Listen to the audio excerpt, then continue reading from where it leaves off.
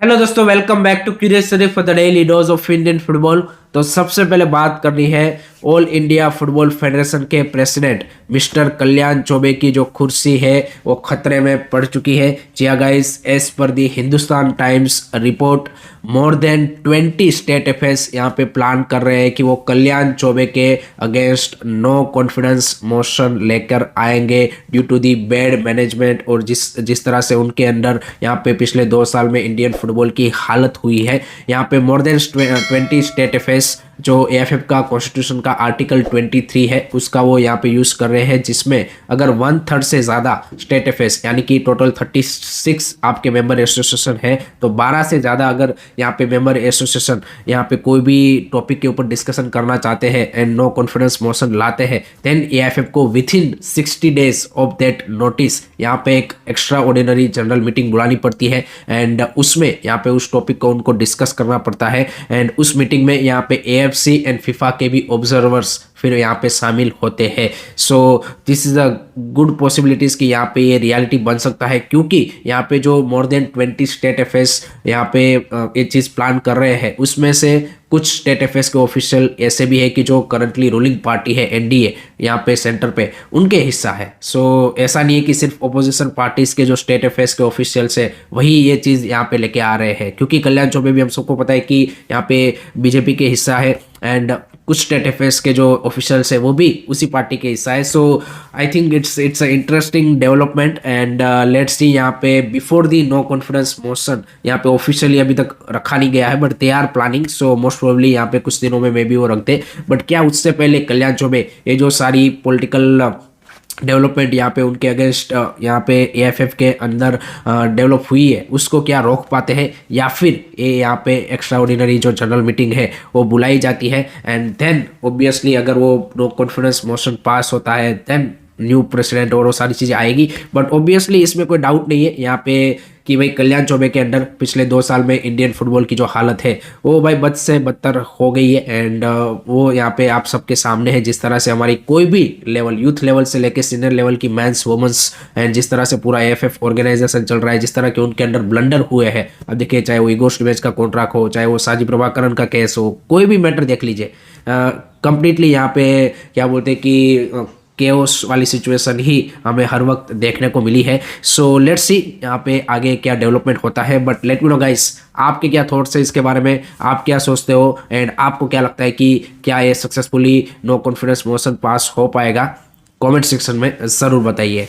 Next उसके बाद बात करनी है कल खेले गए इंडिया अंडर 20 मैच के बारे में, जहां पे भाई सीरिया की टीम ने 6-1 से इंडिया की टीम को पेल दिया एंड काफ़ी सारे फैंस यहाँ पे एक्सक्यूज दे रहे हैं कि भाई चलो हमारी यंगर स्कोर थी तो समझ में आता है एंड सेकंड हाफ में हमने थोड़ा सा बेटर यहाँ पे रिकवरी किया और एक वो कंसोलेशन गोल भी हमारी ओर से आया 64th मिनट पे मेलेंगिया का, जो कि अच्छा गोल था, काउंटर पे यहाँ पे बेहतरीन गोल मारा। फर्स्ट हाफ में कंप्लीटली हमको यहाँ पे सीरिया ने आप बोल सकते हैं कि भाई आउट प्ले कर दिया एंड हमारे साथ भाई आप बोल सकते हैं कि भाई बच्चों के सामने आप बोल सकते हैं कि भाई कॉलेज स्टूडेंट खेल रहे थे ऐसा लग रहा था, क्योंकि ऑब्वियसली एज डिफरेंस भी था तो फिजिकलिटी वाइज तो हमारा कोई चांस नहीं था। But the most important thing in this kind of matches is the technical ability, कि आपके प्लेयरों में क्या वो टेक्निकल एबिलिटी दिख रही थी जिससे आप उम्मीद लगा पाओ कि भाई हाँ हमारे प्लेयर आगे जाके यहाँ पे बेटर प्लेयर बनेंगे कंपेयर टू जो करंटली हमारे ग्रुप ऑफ प्लेयर्स हैं उनसे। एंड सीरिया भाई ऐसी कोई टीम नहीं है फुटबॉलिंग वर्ल्ड में, या फिर उनकी यूथ टीम ऐसी कोई टीम नहीं है कि जो यहाँ पे भाई क्या बोलते कि झंडे गाड़ रही हो,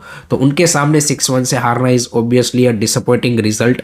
यहाँ पे मच बेटर हमारी टीम से हो सकता था and this is the biggest worry कि भाई आपके जो यंगर जनरेशन वाले जो प्लेयर आ रहे हैं, चाहे वो अंडर 17 हो, अंडर 20 हो, अंडर 23 हो, उसकी जो क्वालिटी है उसमें और आपके जो करंटली सीनियर टीम में जो प्लेयर्स है उसमें कोई भाई ज़्यादा डिफरेंस नहीं है, 19-20 का ही डिफरेंस है। एंड दैट मीन्स कि जो भी कोई उम्मीद लगा के बैठा है कि नेक्स्ट 4-5 ईयर्स में हम यहाँ पे फुटबॉल में आगे बढ़ जाएंगे, वो नहीं बढ़ पाएंगे, क्योंकि आपके क्वालिटी में जब तक इंप्रूवमेंट नहीं होगी तब तक कुछ पॉसिबल नहीं है। And definitely it's a good exposure यहाँ पे टूर्नामेंट, बट इसकी प्लानिंग बेटर तरीके से ऑब्वियसली एएफएफ कर सकता था। एंड एक चीज़ और यहाँ पे नोटिसेबल ये है कि चलो आपके पास फर्स्ट चॉइस इंडिया अंडर 20 के प्लेयर्स आपको क्लब ने नहीं रिलीज करके दिए, बट बाकी आपके पास सिर्फ इतना ही टैलेंट पूल है कि आप अब 23 प्लेयर अगर नहीं मिले तो अब बाकी कोई इंडिया अंडर 20 प्लेयर नहीं ढूंढ सकते हो।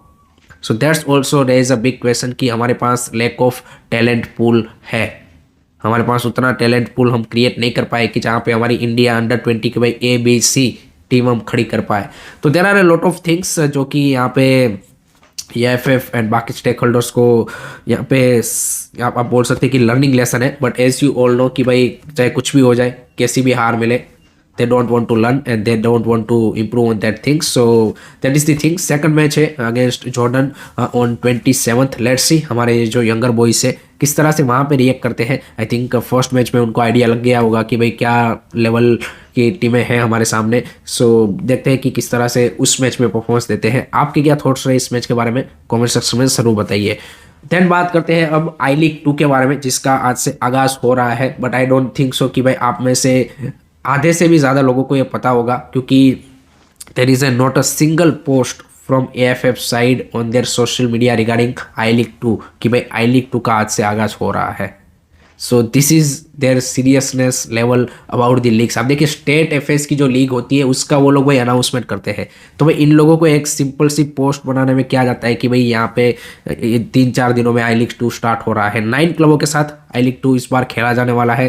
पहला मैच है आज दोपहर 2:30 बजे डायमंड हार्बर वर्सेस ट्राओ FC के बीच में। Diamond Harbour is looking in a great form and उसके कुछ प्लेयर यहाँ पे संतोष ट्रॉफी में भी रिसेंटली बंगाल के लिए काफ़ी अच्छा करके आ रहे हैं। So they are obviously one of the team की जिसको आप लुक आफ्टर कर सकते हो। ट्राओ FC जो कि इस सीजन यहाँ पे रिलीगेट होके आई है। सो देखना इंटरेस्टिंग होगा कि किस तरह की यहाँ पे उनकी भी परफॉर्मेंस इस सीजन रहती है। And out of this 9 teams 2 टीमें यहाँ पे प्रमोट होगी नेक्स्ट सीजन आई लीग के लिए। सो उस पॉइंट ऑफ व्यू से भी काफ़ी एक एक्साइटिंग यहाँ पे आप बोल सकते हो कि लीग हमें देखने को मिल सकती है। And most probably obviously SSEN यहाँ पे आपके मार्केटिंग पार्टनर है, तो उसी के जो प्लेटफॉर्म है उसके ऊपर शायद आई लीग 2 के मैचेस ब्रॉडकास्ट हो। उसका भी कोई एज सच ऑफिशियल अनाउंसमेंट यहाँ पे AFF की ओर से नहीं हुआ है। So this is the update regarding I league 2। अब बात करते हैं ISL के मैचेस के बारे में। तो भाई कल खेले गए मैच में भाई ईस्ट बंगाल ने केरला ब्लास्टर को 2-1 से हरा दिया एंड एक इंपॉर्टेंट विक्ट्री यहाँ पे उन्होंने हासिल की है। मैच की अगर हम बात करें तो ऑब्वियसली PV विष्णु यहाँ पे ईस्ट बंगाल के लिए इस मैच के हीरो रहे। जिस तरह से उन्होंने वो फर्स्ट गोल स्कोर किया, absolutely brilliant you can say कि goal from PV Vishnu side. Gaurav Singh should have done better, ये मैं बोल सकता हूँ उस सिचुएशन में। नो डाउट थोड़े से ऑफ बैलेंस वो हो गए, but he should have clear that ball. But otherwise it's a good goal from PV Vishnu side and overall काफ़ी अच्छा परफॉर्मेंस दिया उन्होंने। ऑस्कर ब्रूजो ने पोस्ट मैच में बोला कि ऑब्वियसली मेरी जो नेशनल टीम के कोच है यानी कि मोनालो मार्केस के साथ रिसेंटली जो बातचीत हुई उसमें PV विष्णु के रिगार्डिंग भी बातचीत हुई है and definitely is considering him for the national team also. So that's the big you can say कि अपडेट ऑन PV विष्णु की क्या वो नेशनल टीम की स्कीम ऑफ थिंग्स में है कि नहीं है। फाइनल सिलेक्शन होगा कि नहीं होगा वो सेकेंडरी चीज़ है, but definitely Manolo Marquez keeping eye on him कि भाई ये पोटेंशियल प्लेयर है कि जो ऑब्वियसली यहाँ पे हम नेशनल टीम के लिए कंसिडर कर सकते हैं। सो आपको क्या लगता है कि क्या PV विष्णु को जो मार्च वाले क्वालिफायर से या फिर जो एक फ्रेंडली मैच हमें मालदीव्स के सामने खेलना है उसमें क्या कॉल अप देना चाहिए कि नहीं देना चाहिए वो कमेंट में बताइएगा। फर्स्ट हाफ में आप देखिए 0 shot on target from Kerala blasters side. So that's shows their performance in the first half. Second half में थोड़ा सा उन्होंने रिकवरी किया, एक दो हियर एंड देयर चांसेस बनाए, बट अगेन हिजाजी मेहर का बेहतरीन यहाँ पे हेडर आता है from set pieces corner and 2-0 से यहाँ पे ईस्ट बंगाल इस मैच में लीड ले लेती है। उसके बाद तो ज़्यादा कुछ बचा नहीं था। ऑब्वियसली 84th मिनट पे वो एक दानिश फारूक का यहाँ पे बेहतरीन गोल आके यहाँ पे थोड़ी सी उम्मीद केरला ब्लास्टर के लिए मैच में जगाता है, बट ज़्यादा केरला ब्लास्टर इस मैच में कुछ कर नहीं पाई। एंड उनके जो नए साइनिंग थे दुशान लेगटर वो इस मैच में सस्पेंडेड थे क्योंकि उन्होंने जो लास्ट मैच अपना प्रीवियस क्लब के साथ खेला था वहाँ पे सस्पेंशन था, तो उसको यहाँ पे कंटिन्यू किया गया है। बट द क्वेश्चन इज, तो इससे पहले जो नॉर्थ ईस्ट वाला मैच था उसमें उन्होंने किस तरह से डेब्यू किया? अगर उनके प्रीवियस क्लब में यहाँ पे सस्पेंशन बाकी था जिसको कैरी फॉरवर्ड किया गया तो फिर नॉर्थ ईस्ट के सामने वो कैसे खेले? 84th मिनट पे उन्होंने सब्स्टिट्यूशन होके आए थे। तो इसके बारे में भी फैंस यहाँ पे ऑर्गेनाइजर से क्वेश्चन पूछ रहे हैं कि भाई केरला ब्लास्टर के सामने एक्शन लिया जाना चाहिए कि भाई सस्पेंडेड प्लेयर को उन्होंने खिलाया एंड वो यहाँ पे 3 पॉइंट की डिमांड कर रहे हैं नॉर्थ ईस्ट के लिए। सो डेफिनेटली इसके बारे में क्लैरिफिकेशन आना चाहिए कि भाई आपने उस मैच में फिर उसको क्यों अलाउ किया? अगर वो सस्पेंडेड थे तो भाई इस मैच में आप वो नहीं खेले, बट इससे पहले उन्होंने ऑलरेडी केरला ब्लास्टर के लिए डेब्यू कर चुके थे। तो देखते हैं एक्सप्लेनेशन आता है या फिर अगेन ऐसे ही चीज़ें चलती है, वो देखना रहेगा। बट केरला ब्लास्टर के लिए एक मोमेंटम बना था, उनके पास एक अच्छी अपॉर्चुनिटी थी कि वो जो 6th पोजीशन के लिए जो गैप है between them and Odisha FC and Mumbai city FC, उसको वो क्लोज डाउन कर सकते थे, बट अनफॉर्चुनेटली नहीं कर पाए एंड 2-1 की एक हार उनको झेलनी पड़ी। लेट्स सी ईस्ट बंगाल यहाँ पे इस मोमेंटम को कैसे आगे कैरी फॉरवर्ड करता है, वो भी देखना रहेगा। आपके क्या थॉट्स रहे इस मैच के बारे में, कमेंट सेक्शन में जरूर बताइएगा। देन बात करते हैं आज के मैच के बारे में, जो कि है between FC Goa and Chennai FC. Crucial match for FC Goa to be in the sealed race and Mohan Bagan के साथ जो गैप है उसको क्लोज डाउन करने का ये गोल्डन अपॉर्चुनिटी है उनके पास। अगर इस अपॉर्चुनिटी को मिस करते हैं then I don't think so कि there will be another opportunity. So FC Goa last 11 matches से अनबीटन है, so Manolo Marquez side is looking really strong. Chennai FC की अगर हम बात करें तो ऑब्वियसली लास्ट मैच वो मोहन बगान के सामने ड्रॉ करके आ रहे हैं, सो उनका भी एक कॉन्फिडेंस हाई होगा। एंड ओएन कोयल की जो साइड है वो धीरे धीरे आप बोल सकते हैं कि परफॉर्मेंस वाइज थोड़ी सी अभी पिछले कुछ मैचेस में इंप्रूव दिखी है। रिजल्ट यहाँ पे ग्राइंड नहीं कर पा रहे जिस तरह के चाहिए उनको, बट ऑब्वियसली थोड़ी सी परफॉर्मेंस में इंप्रूवमेंट दिखी है। अगर हम गोवा की बात करें तो I think they are looking in a solid form. Particularly आप देखें ब्राइसन फर्नांडिस एंड उनकी जो बैकलाइन है वो काफ़ी अच्छे फॉर्म में दिख रही है। So that's a positive for Manolo Marquez. So एक क्लोज मैच डेफिनेटली आप एक्सपेक्ट कर सकते हो। My prediction for this match is 2-1 victory for FC Goa. Let me know guys आपका क्या प्रेडिक्शन है, कमेंट सेक्शन में जरूर बताइए। लास्ट में बात करते हैं आई लीग के बारे में। तो आई लीग में भी भाई कल 2 धमाकेदार मैचेस हमें देखने को मिले, जिसमें भाई यहाँ पे गोकुलम केरला ने इंटर काशी को भाई 6-2 से यहाँ पे थ्रेश कर दिया है। 2-0 से वो डाउन थे 27th मिनट पे एंड उसके बाद जिस तरह से गोकुलम केरला ने कमबैक मारा है एंड 6 गोल भाई उन्होंने मारे हैं। सो एंटोनियो हवास की साइड के लिए this is the biggest loss of this season and कहीं ना कहीं इंटर काशी का जो मोमेंटम है वो यहाँ पे डाउन होता हुआ दिख रहा है। So they need to you can say कि गेट बैक क्विकली बिकॉज अगर उनको टाइटल रेस में एंड प्रमोशन के लिए जाना है so why they need to be more consistent. And Gokulam Kerala ने सीजन की शुरुआत उतनी अच्छी नहीं रही थी बट धीरे धीरे रिकवरी कर चुके हैं and currently sitting on the 4th position.